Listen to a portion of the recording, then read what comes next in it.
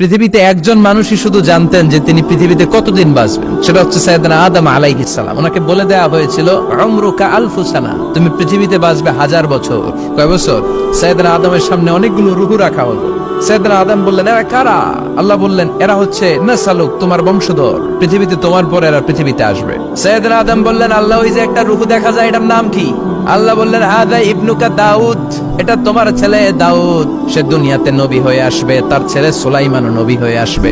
সাইয়েদনা আদম বললেন, মাবুদ, আমার ছেলে দাউদের কত বছর হায়াত আপনি দিয়েছেন? আল্লাহ বললেন, 40 সানা, মাত্র 40 বছর, 4 ইয়ার্স, 40 বছর তোমার ছেলেটা বাঁচবে। ও আল্লাহ, আমি বাঁচবো কয় বছর? তুমি বাঁচবে 1000 বছর। সুবহানাল্লাহ। সাইয়েদনা আদম বললেন, মাবুদ, এত ফুটফুটে সুন্দর আমার ছেলে দাউদ, মাত্র 40 বছর দিলেন কেন? জিদ মিন উমরিহি, বাড়ায়া দেন। সুপারিশ করতেছে পোলার লাইগা কে? বাবা। আল্লাহ আপনি বাড়ায়া দেন। আল্লাহকে বাড়ানো যাবে না, লেখা হয়ে গেছে। রুফিআতিল আকলাম ওয়া জাফফাতিস সুহুফ, কলম তুলে নেওয়া হয়েছে আর কালি শুকায় গেছে, আর কিছু করা যাবে? সাইয়েদনা আদম বললেন, মাবুদ, আমার 1000 বছর কেন দিলেন? আমার এই সুন্দর ফুটফুটে ছেলেটারে শুধুমাত্র 40 বছর কেন দিলেন? ও মাবুদ, আমার 1000 বছরের দরকার নাই, আমার 1000 বছর থেকে 60 বছর আমি আমার ছেলেরে দিয়ে দিলাম। দাউদ আলাইহিস সালাম বাঁচবে 40 বছর, তো বাপ আদম যদি আরো 60 দেয়, 40 আর 60 মিলে কত হয়? ভালো হিসাব বোঝে, হ্যাঁ, 100। আর আদম আলাইহিস সালাম পেয়েছিলেন 1000 বছর, 60 কমে গেলে রইল কত? 940 বছর পৃথিবীতে থাকার পরে মালাকুল মাউত চলে এসেছে, কারণ এটা on time. The death will come on time, it never late, কখনো দেরি হয় না।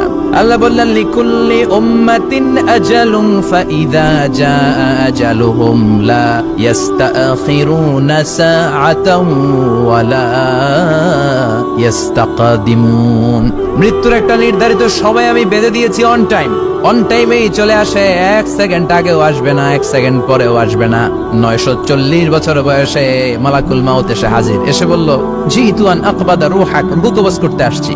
আদম আলাইহিস সালাম বললেন, রূহ কবজ করতে আসছো মানে? আমি বাঁচবো 1000 বছর। কয় বছর? মালাকুল মাউত বললেন, না না, ওই যে আগের কথা স্মরণ করেন, আপনি 60 বছর দিয়া দিছিলেন। কয় না, আমি দেই নাই, আমি আরো বাঁচুম, আরো 60 বছর পাওনা আছি, আমি দেই নাই।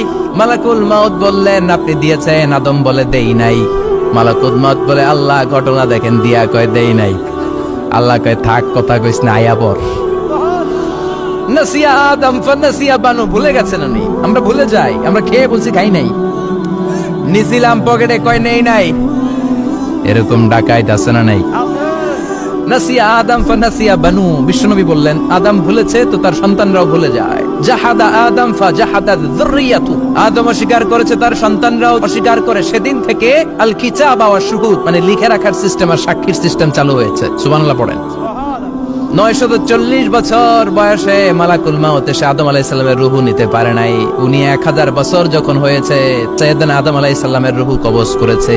যেই দিন পৃথিবীর প্রথম মানব, প্রথম নবীর রূহ মালাকুল মাউত দুনিয়া এসে কবজ করেছে, ওই দিনটাও ছিল জুমাবার। আল্লাহু আকবার। আবার বিশ্বনবী বললেন, লা তাকুমুস সাআ ইল্লা ফি ইয়াউমিল জুমআহ, ইযা যুলজিলাতিল আরদু জিলজালাহা ওয়া আখরাজাতিল আরদু আসকালাহা, ইযা রুজ্জাতিল আরদু রাজ্জান ওয়া বুসাতিল জিবালু বাসসা। কিয়ামতের দিন পৃথিবীটাকে একটা প্রকম্পন দিয়ে কাঁপিয়ে দিবে কে? মারাত্মক একটা ঝাঁকুনি দিবে আল্লাহ, পুরো পৃথিবীটা কেঁপে ভেঙে চুরে খান খান হয়ে যাবে। এই ঝাঁকুনি আর আর্থকোয়েক, ভূমিকম্প এর ঘটনাটা যেদিন ঘটবে, ওই দিনটাও হচ্ছে জুমার দিন। কারণ দিন নয়, ফিহি খালাকাল্লাহু আদম, এই জুমার দিনে আল্লাহ তাআলা সাইয়েদনা আদম আলাইহিস সালামকে তৈরি করেছে। বিশ্বনবী বলেন, লাম্মা খালাকাল্লাহু আদম ওয়া কানা তুলুহু 60 যিরাআন, আল্লাহ তাআলা যখন আদম আলাইহিস সালামকে তৈরি করলেন, 60 হাত লম্বা করে তৈরি করলেন। আর আমরাও যারা জান্নাতে ঢুকবো, আমাদের আকৃতি থাকবে 60 হাত লম্বা। আল্লাহ সাইয়েদনা আদমকে তৈরি করলেন এই জুমার দিনে। আবার সাইয়েদনা আদম আলাইহিস সালামকে পৃথিবীর বুকে তিনি পাঠিয়ে দিয়েছিলেন এই জুমার দিনে। কুলনা হাবিতু মিনহা জামিআ, ও Adam, go down with your wife, তোমার স্ত্রী হাওয়াকে নিয়ে পৃথিবীতে নামো। সাইয়েদনা আদম আলাইহিস সালামকে আল্লাহ তাআলা পাঠিয়েছিলেন শ্রীলঙ্কার একটা পাহাড়ে, অ্যাডামস পিক। ওখানে ঐতিহাসিকভাবে প্রমাণিত, এটা হাদিসে নেই, কুতুবুত তারিখে এসেছে। শ্রীলঙ্কা একটা পাহাড় আছে, কলম্বো থেকে অনেক দূর। ওই পাহাড়ের চূড়ায় সাইয়েদনা আদম আলাইহিস সালামের ফুটপ্রিন্ট আছে। ফুটপ্রিন্ট মানে পায়ের ছাপ। সুবহানাল্লাহ পড়ো। এটারে বলে ফিঙ্গারপ্রিন্ট। এটারে কি বলে? পায়ের গুলারে একজনের আঙ্গুলের ছাপের সাথে একজনের আঙ্গুলের ছাপের মিল নাই। শুধু তাই না, আমার এই আঙ্গুলের সাথে এই আঙ্গুলের ছাপের কোনো মিল নাই। আয়াহসাবুল ইনসানু আল্লান নাজমা ইযামা বালা কাদিরিনা আলা আন নুসাওয়িয়া বানানা। আল্লাহ বলেন, গোলাম তুমি মনে করেছো তোমার হাড্ডি গুড্ডি পচে যাবে, তোমাকে আমি একত্রিত করে আবার বানাতে পারবো না? বানানো তো অনেক দূরের কথা, আমি তো তোমার আঙ্গুলের ছাপগুলো সংরক্ষণ করে রেখেছি। চিল্লায় পড়েন আল্লাহু আকবার। 1880 সালে স্যার ফ্রান্সিস গাল্টন নামে একজন বিজ্ঞানী, তিনি আবিষ্কার করেছেন যে আমাদের আঙ্গুলের ছাপগুলো আলাদা, ফিঙ্গারপ্রিন্ট আলাদা। এই 10টা আঙ্গুলের একটার সাথে আরেকটার কোনো মিল নাই। এই পৃথিবীতে যদি 600 কোটি মানুষ হয় তাহলে 6000 কোটি আঙ্গুল, একটা আঙ্গুলের সাথে আরেকটা আঙ্গুলের ছাপের মিল আছে। যারা সিগনেচার দিতে পারে না এরা কি দেয়? টিপসই দেয়। সুবহানাল্লাহ। কি ম্যাজিক আল্লাহ আঙ্গুলে রেখে দিয়েছে, একটা আঙ্গুলের ছাপের সাথে আরেকটা আঙ্গুলের ছাপের মিল নাই। এখন এই বায়োমেট্রিক অথেন্টিকেশনের জন্য অনেক জায়গায় দিতে হয়। ইমিগ্রেশন পাস করবেন, গিভ ইউর ফিঙ্গারপ্রিন্ট। ভিসা করবেন, Schengen visa, European visa, provide your fingerprint first. Canadian এম্বাসিতে গিয়েছিলাম, সব আঙ্গুলের আলাদা আলাদা ফিঙ্গারপ্রিন্ট রেখেছে। এখন এটা অথেন্টিকেশনের জন্য সিকিউরিটি পারপাস খুব গুরুত্বপূর্ণ। কিন্তু 1500 বছর আগে, 1880 মানে কি 200 বছর তো না, 200 বছর আগে বিজ্ঞানীরা আবিষ্কার করলো। 1500 বছর আগে সূরাতুল কিয়ামার ভিতরে ফিঙ্গারপ্রিন্টের কথা বলেছে কে? আর পায়ের টারে বলে ফুটপ্রিন্ট। এটা প্রাণীদের ক্ষেত্রে প্রযোজ্য, কারণ প্রাণীদের আঙ্গুল নাই, আছে ওদের আছে পা। বাঘের কয় পা? 4 পা। বাঘের হাত কয়টা? হাত নাই, ওদের পা, ফলে ওদের ফুটপ্রিন্ট লাগে। সুন্দরবনে কয়টা বাঘ আছে এটার একটা হিসাব আছে। কি করে বলে, কেমন করে হিসাব করে? বাঘের কাছে যে গুনে, চেহারা তো একরকম, একটারে 3 বার গণ, কথা গণ। কিভাবে গণে তাহলে? বাঘসুমারি হয় কিভাবে? ফুটপ্রিন্ট, পায়ের ছাপ। একটা বাঘের পায়ের ছাপের সাথে আরেকটা বাঘের পায়ের ছাপের কোনো মিল নাই। আবার কাবা ঘরের পাশে একটা ছোট্ট জায়গা আছে, এই জায়গার মধ্যে রব্বুল আলামিন সব নবীদের পিতা সাইয়েদনা ইব্রাহিম আলাইহিস সালামের ফুটপ্রিন্ট রেখে দিয়েছেন। ওয়াত্তাখিযু মিন মাকামি ইব্রাহিম মুসাল্লা। সাইয়েদনা ইব্রাহিমের দাঁড়ানোর জায়গায় তোমরা নামাজের জায়গা করে নাও। আল্লাহু আকবার। সাইয়েদনা ইব্রাহিম আলাইহিস সালামের পায়ের ছাপ আছে কিন্তু মাকাম ইব্রাহিম। আর সাইয়েদনা আদম আলাইহিস সালামের পায়ের ছাপ আছে অ্যাডামস পিকে, শ্রীলঙ্কার ওই পাহাড়ে। তো যেদিন আদম আলাইহিস সালামকে আল্লাহ ওখানে পাঠিয়ে দিয়েছিলেন, ওই দিনটা ছিল জুমার দিন। সুবহানাল্লাহ নাই?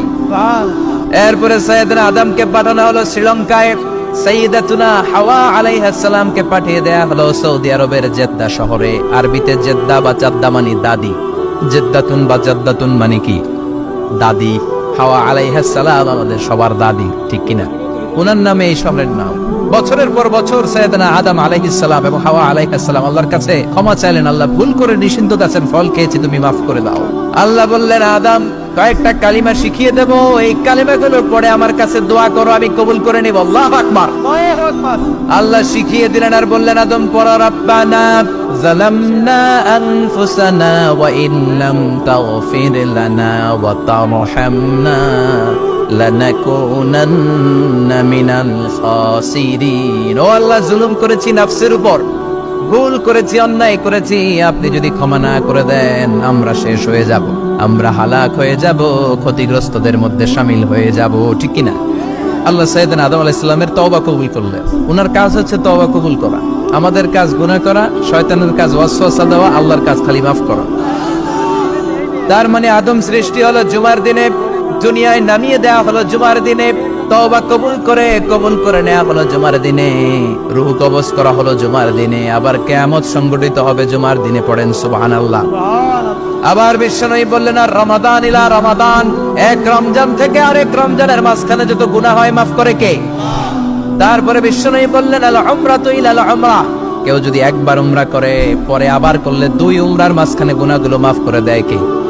আবার বিশ্বনবী বললেন, আল জুমআতু ইলাল জুমআ কাফফারাতুন লিমা বাইনাহুমা, এক জুমার পর থেকে সামনের জুমা আসা পর্যন্ত যে সগীরা গুনাহগুলো হয় সবগুলো সগীরা গুনাহ মাফ করে দেয় কে? সারা সপ্তাহে ভুল ত্রুটি অন্যায় যা করলাম জুমার নামাজের বদৌলতে সব গুনাহ মাফ করে দেয় কে? এই দামি দিনটাকে আল্লাহ ইহুদিদের দিতে চেয়েছিলেন, পায় নাই। আলহামদুলিল্লাহ করবেন না? ইখতিলাফু, তারা ইখতিলাফ করে হারাইছে এটা। এই দামি দিনটা রব্বুল আলামিন নাসারাদেরকে দিতে চেয়েছিলেন, ফাখতালাফু, ওরাও ইখতিলাফ করে হারাইছে। এজন্য ইখতিলাফ ভালো জিনিস না, খারাপ জিনিস। ইহুদিদেরকে আল্লাহ দিতে চাইলেন, ইখতিলাফ করে হারাইছে, নাসারারাও হারাইছে। ফাজা আল্লাহু বিনা ফাহাদানা বিহাদা দ্বীন, রব্বুল আলামিন এই দিনটা আমাদেরকে দিলেন, আমরা ইখতিলাফ করি নাই, বিশ্বনবীর হাতে হাত রেখে ঐক্য করে ঘোষণা দিয়েছি জুমার দিন আমাদের সাপ্তাহিক দিন। সুবহানাল্লাহ।